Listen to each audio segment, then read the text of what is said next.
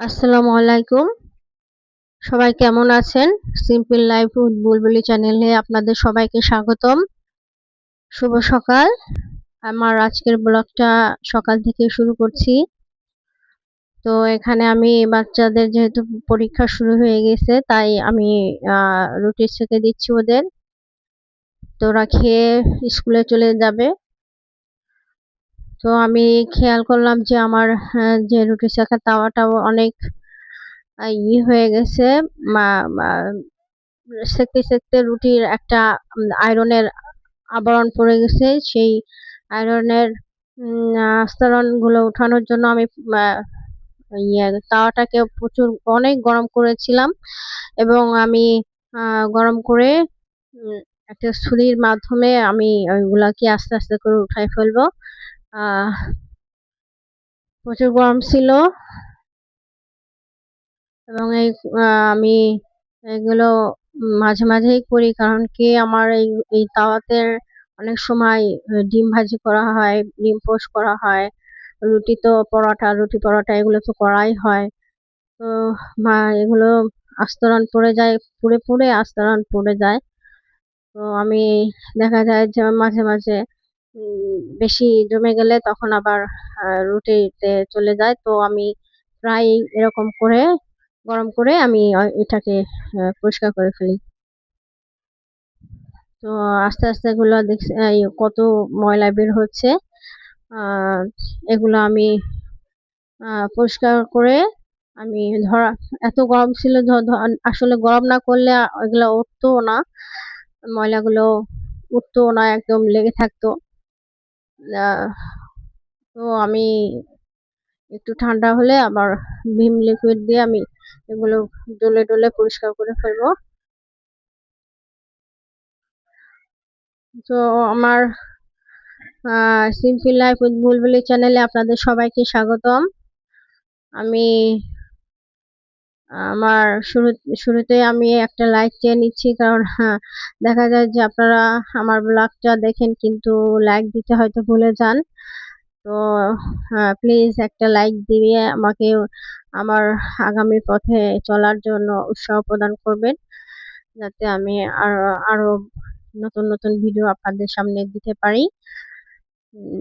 তো একটা লাইক তো আমি আহ, ইয়ে, উম, আহ, একটা লাইক আমাকে অনেক দূর পর্যন্ত এগিয়ে নিয়ে যাবে এবং কাজে উৎসাহ প্রদান করবে।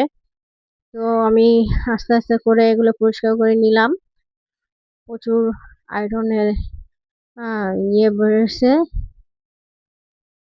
তো এটা পরিষ্কার করে আমি আবার পাশে গরম পানি দিয়েছিলাম। আহ, আজকে আমি রান্নাঘরে কিছু কাজকর্ম করব। আজকে যেহেতু রান্না তেমন একটা নেই, তাই ভাবলাম যে একটু আম, কিছু কিছু কাজ, ঘরের কাজ করে নিই। তো এটা হচ্ছে আমার তাওয়া পরিষ্কার করার পর। আসলে অত বোঝা যাচ্ছে না, কারণ এটা অনেক দিন আগের কেনা। লোহার তাওয়া তো সহজে ভাঙে না। ওটা তো অনেক যুগ যুগ পর্যন্ত থাকে। তো আমি হালকা কুসুম গরম পানির মধ্যে আবার আমার কাপগুলা ভিজিয়ে দিয়েছিলাম, মানে হাতে ছোঁয়া যায় এরকম গরম পানি। তো একটু হালকা গরম পানি দিলে ওইটা যদিও তেমন ময়লা হয়নি, তারপর আমি মাঝে মাঝে মাসে একবার তো পরিষ্কার করি এগুলা। আহ, আমি একটু ঘষা দিলেই সব ময়লা পরিষ্কার হয়ে যাবে। তো ঠান্ডা পানিতে অবশ্যই আমরা রেগুলার যে কাপগুলা ব্যবহার করি ওগুলা তো চা খেতে খেতে একটা যেমন লালচে একটা পড়ে যায়। তো হালকা কুসুম গরম পানিতে যদি 5 মিনিটও ভিজিয়ে রাখা হয় কাপটা, একটু ঘষা দিলে এমনি ওই লালচে দাগটা উঠে যাবে। তো আমি এইভাবেই করে থাকি। পানিটা কেমন কালো হয়ে গেছে, দেখতেই পাচ্ছেন। এই জন্য আমি হালকা কুসুম গরম পানি নিয়েছিলাম। তো আমি ধুয়ে ভালো করে ধুয়ে আমি আবার শুকিয়ে আমি জায়গা মতো রেখে দেব। তো মানুষের মনটা যদি এরকম ধুয়ে মুছে পরিষ্কার করে রাখা যেত। কিছু কিছু মানুষ আছে যারা তাদের স্বভাব চরিত্র একদমই ভালো না। আসলে আমি আহ অত গুছিয়ে কথা বলতে পারি না, তবুও চেষ্টা করছি আপনাদেরকে বোঝানোর জন্য। আমি মানুষের বর্তমান সমাজে যে কিছু কিছু ঘটনা ঘটতেছে তা আসলে বর্ণনা করার মতন না। তো আল্লাহ সবাইকে তৌফিক দিন, ইমান দিক, সে দোয়াই করি। আল্লাহ সবাইকে বিবেক দিয়েছেন, ইমান দিয়েছেন, তবুও যে কেন আল্লাহ মানুষ শয়তানের প্ররোচনায় বিপথে চলে যায়। রাব্বুল আলামিন সবাইকে ক্ষমা করুক। তো আমি একটু গরম পানি করে আমি আবার আমার এই ঝুড়ি বা গালি যাই বলেন ওটাকে পরিষ্কার করে নিব। আসলে একটু গরম পানি দিলে সবকিছুই পরিষ্কার হয়ে যাবে। এটাও আমি সপ্তাহে একদিন অন্তত করে থাকি, যেহেতু প্রতিনিয়ত খাবার ঢাকা হয়, ডাইনিং টেবিলে কাজে ব্যবহার করা হয় খাবারের ঢাকার জন্য। তো আমি এগুলা মেজে রাখি, প্রত্যেক সপ্তাহে একবার করে রাখি। তো সিম্পল লাইফ উইথ বুলবুলি চ্যানেলে আপনাদেরকে আবারও স্বাগতম জানাচ্ছি, এবং একটা লাইক কমেন্ট শেয়ার করবেন আপনারা। আমার চ্যানেলটা সম্পূর্ণ নতুন এবং আপনাদের ভালোবাসা এবং আপনাদের উৎসাহ আমাকে অনেক দূর পর্যন্ত নিয়ে যেতে সাহায্য করবে। জানি না এ পর্যন্ত কে আমার ভিডিও দেখতেছেন কিনা। সবাইকে অনেক অনেক ভালোবাসা এবং মন থেকে সবার জন্য দোয়া। আপনারাও আমার জন্য দোয়া করবেন যাতে আমি রেগুলার ভিডিও দিতে পারি এবং সুস্থ থাকি, কারণ সুস্থতা আল্লাহর বড় নিয়ামত। অসুস্থ থাকলে কোনো কিছুই ভালো লাগে না আসলে। মনটাও শরীরের সাথে মনও খারাপ থাকে। তো কিছুদিন ধরে আমি অসুস্থ ছিলাম, যার কারণে শরীর মন দুটোটাই খুব খারাপ ছিল। আল্লাহর রহমতে এখন একটু সুস্থ। সবাই আমার জন্য দোয়া করবেন এবং আমার চ্যানেলটা একটু ঘুরে আসবেন।